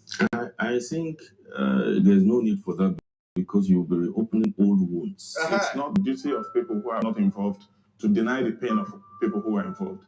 In Nigeria, there's this big embargo about Biafra. You must never talk about Biafra. We have to move on. You have to forget. You have to just move on. Forget about it. But it's not the duty of people who are not there to forget. If the people who suffered want to forgive and forget, it's their prerogative and they can do that at their will. Well, Steve Jobs, has anybody read his autobiography? Yeah, he stopped going to church because he read about the Biafra war. He said, if Christians can do that to people, why should I worship that God? I don't agree with him, but that's his view. He felt so bad about the war. Steve Jobs. Steve Jobs is the founder of Apple. iPhone you are using today, Steve Jobs is the founder. If you are not aware, Steve Jobs protested for Biafra, for the way British and the Queen of England supervised the killing and the murder and starvation of Biafra children. Over 3 million children were killed by starvation by Queen of England. That is why the Twitter catch fire the other day with our sister, Professor Ujuanya. So you don't know. Steve Jobs was the founder of Apple, the iPhone. He protested for Biafra. This Biafra we are fighting today. That is why some idiots don't understand what Biafra is. The name of Biafra can never ever be forgotten that just like that. Some of you do not know. Go and ask Oyibo people, the Biafra. They will remind you, oh, is it the children with the malnutrition children and the children with hunger dying of hunger? At least, if they don't remember Biafra, they remember the hungry children. The images you see with the UNICEF today, they are all from Biafra. Steve Jobs was the founder of Apple.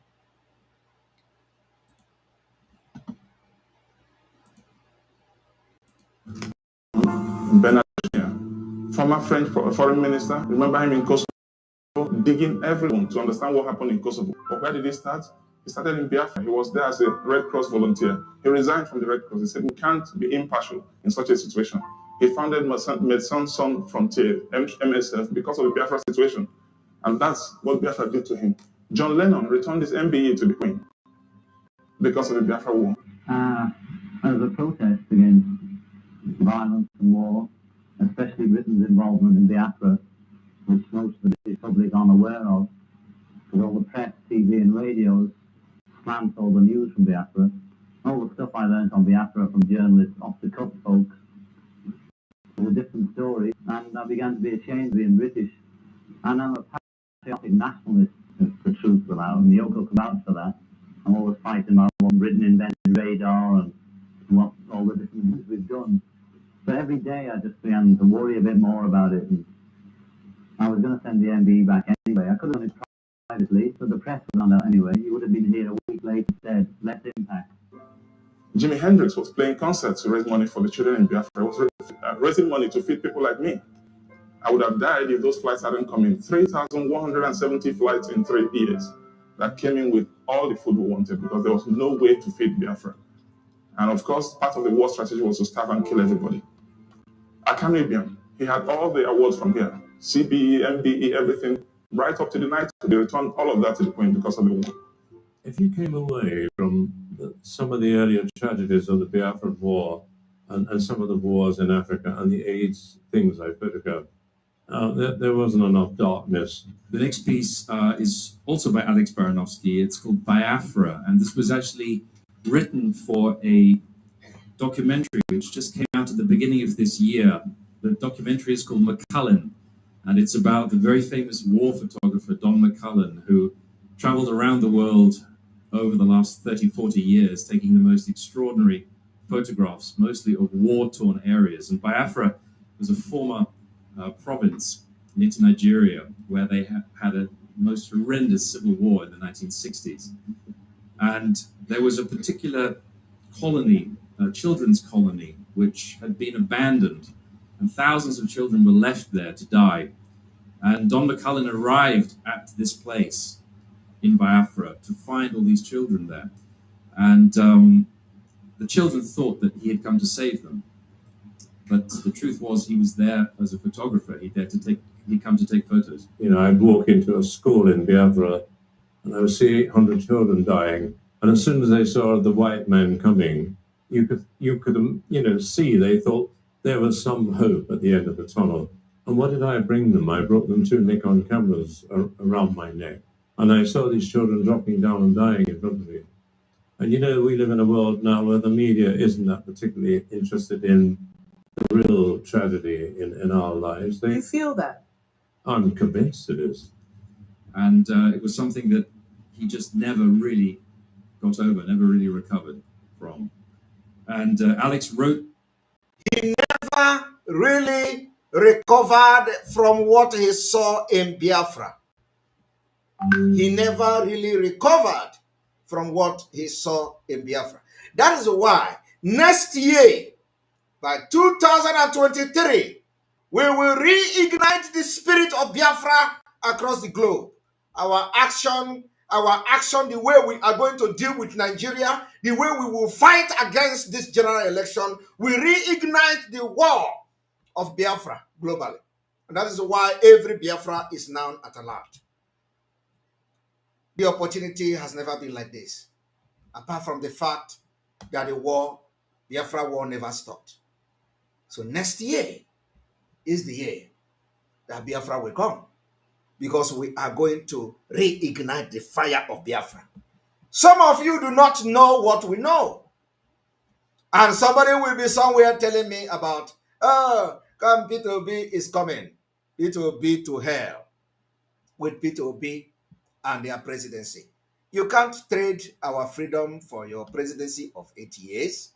That I have just given you example of the people that were president of Nigeria, and they have nothing to show for it today. It did not stop Fulani from killing them. It did not stop the invasion of our land. It did not stop the cattle, whatever route and all the shit they do in our land. It did not stop them from taking over and trying to turn you to Islam. It didn't stop the Fulanization agenda. He become president for 8 years and they intensify the Fulanization of Nigeria. We cannot be that stupid. This generation of Biafra will make history. Is only to identify the target and the strike at the right time. That's what we are doing.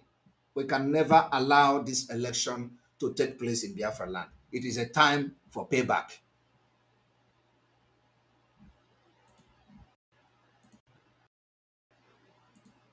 This particular piece based on that, and it's a film, which is the most extraordinary documentary. I would urge any of you to go and see it. It's just out, and it has picked up 2 BAFTA nominations, in fact, just recently. So this is Biafra by Alex Baranovsky.